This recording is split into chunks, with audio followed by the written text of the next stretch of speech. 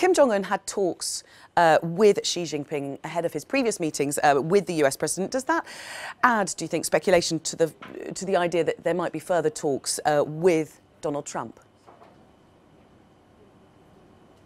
It certainly does. It will add to the speculation that had already been mounting that this second summit with U.S. President Donald Trump will happen either this month or next month. Hanoi, Vietnam emerging as a possible venue for that second summit, given some recent high-level meetings there.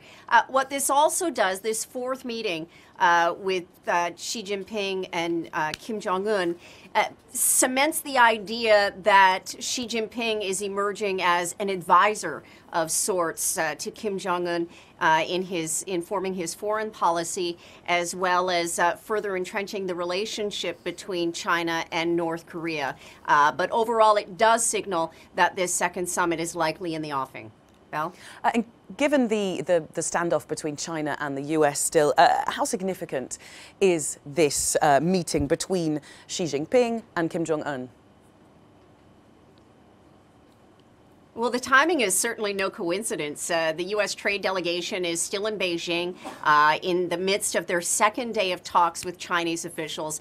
So to have Kim Jong-un literally roll into town on his birthday, no less, signals from China's playbook that they want to be able to remind the United States of who holds the cards in this part of the world in making any deal with North Korea, that if there is a road to some sort of nuclear agreement, that road goes through Beijing. So the timing is not coincidental, and it could give a bit of added leverage or perhaps swagger for Chinese officials heading into those talks today. As well, Kim Jong-un in his New Year's Day address had said that if the U.S. fails to remove sanctions against North Korea, that it wouldn't hesitate to pursue other means of negotiation in order to protect its sovereignty.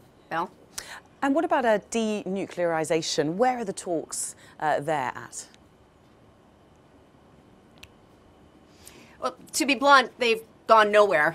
Kim Jong-un and Donald Trump met in Singapore in June, and now 6 months later, both sides are still waiting for the other to make the first move. Their top-level negotiators for denuclearization talks have yet to even meet.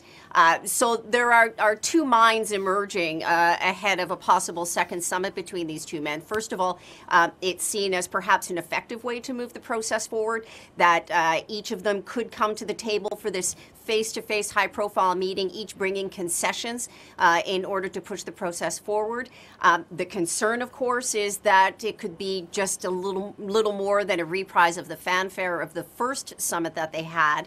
And the worst-case scenario, there are some who are concerned that perhaps President Trump would make a snap decision in a face-to-face meeting with Kim Jong-un, perhaps concede too much given his recent foreign policy decisions on Syria and Afghanistan.